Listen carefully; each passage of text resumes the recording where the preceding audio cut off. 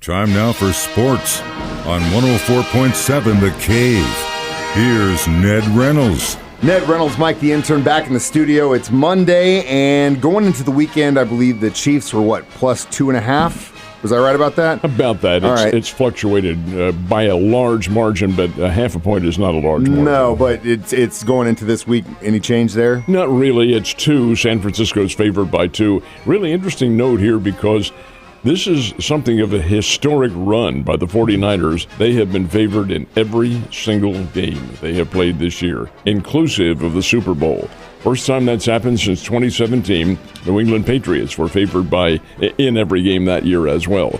So maybe there is some historic precedence to it, and maybe there's not. We won't know until late Sunday evening. But the fact is that the Chiefs are ready to go. I think they're going to play well. Yeah, they do have some injury problems, but so do the Niners. And, hey, that's all part of pro football. Those things do happen. It's a game of attrition. That's what I always say, and that's a lot of the reason why our team is there is because we, knock on wood, remain healthy all the way to the end. It's good that we will probably get Willie Gay. That's definitely going to be nice to see him back in the game on Sunday. Yeah, Gay at linebacker he'll be there. He should be able to play. He has a neck injury, but you overcome those sorts of things. But Charles Omenihu will not. He is out for the Super Bowl, out probably for quite a while. Had a knee injury, had reconstructive surgery on that knee, so he is gone. So what do the Chiefs do? Well, probably bring in Mike Dana. He has played quite a bit this year. The rotation thing. Yeah, and that's exactly what it is, the rotation.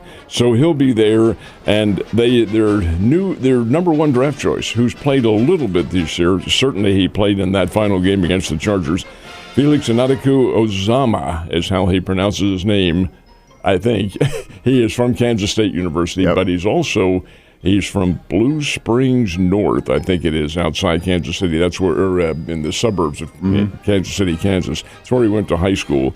But he'll probably play quite a bit. And he's a good player, really good player, and did see quite a bit of action. So a defensive end where you certainly have your big man out there, and he does really help. He does, and I've been watching that guy, obviously, because I'm a K-State homer, so I know exactly who he is. It's incredible that we picked him up in the first round, and then he's going to get to play in the Super Bowl. But Spags' plan for that throughout the entire year has come through for us in so many different games, in the regular and post, because of that rotation mentality. You move these guys throughout that system. Well, if they have to move over, you draft. Yeah, you draft for depth. Smart, because man. Depth is what wins the games. Super and smart. You do have a solid team. You're not necessarily drafting for the top star. You are drafting for your bench, and they do get in there.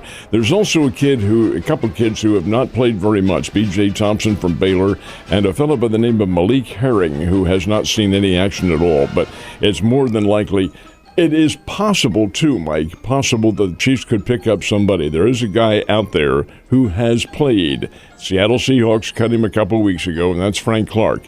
It is possible that he could come back. I can't see that as being very likely because these other guys are good players. But with Andy Reid, you never know what might happen. You really don't. It's been interesting to watch them as they prepare. We can talk about the Pro Bowl down the road if you want to, but I was following a lot of this stuff over the weekend on social media, and the Chiefs leaving Kansas City yesterday and landing in Vegas last night. It was interesting to see all the Elvis impersonators waiting for them on the tarmac. Did you see that? No, I did not. I'm pretty sure I noticed one of the guys from one of the times I was at a wedding chapel, so I think he made it down there.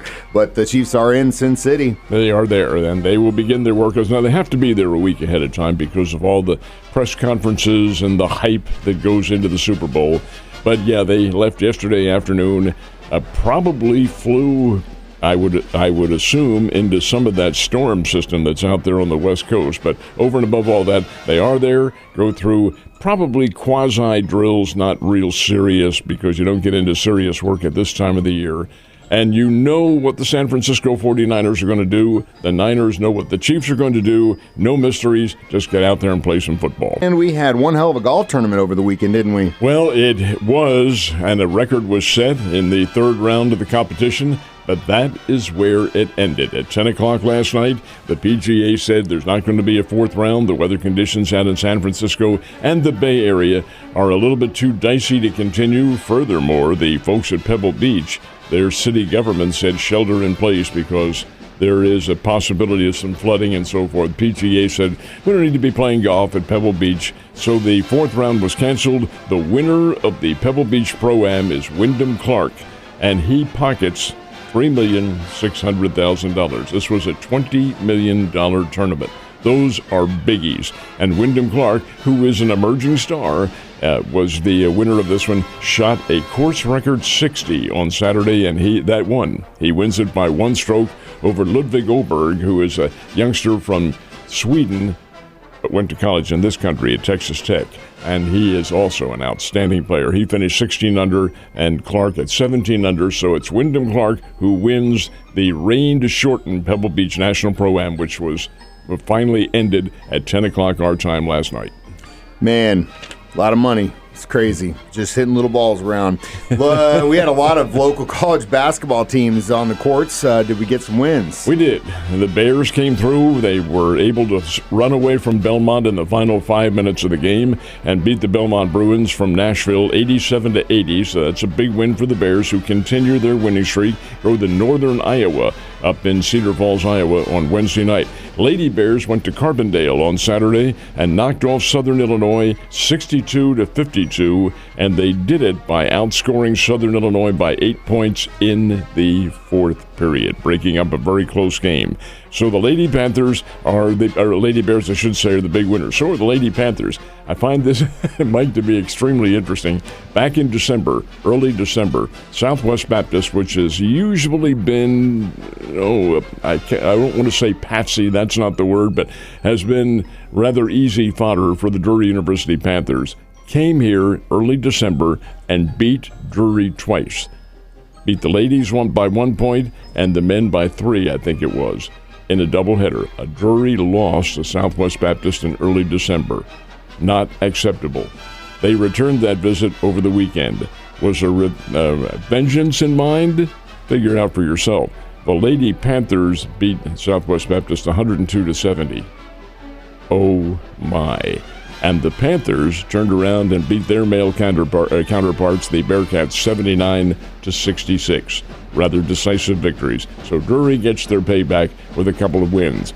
But Mizzou did not have any success in Nashville. Vanderbilt defeated Missouri 68-61. Missouri Tigers are 0-9. 0-9 in the Southeastern Conference, and on a big-time losing streak. They've got to get well. There's still some of the regular season to go, but then there are the playoffs, and anything can happen. Anything can happen, but it's a good weekend when you can start your week with a bunch of wins from your teams.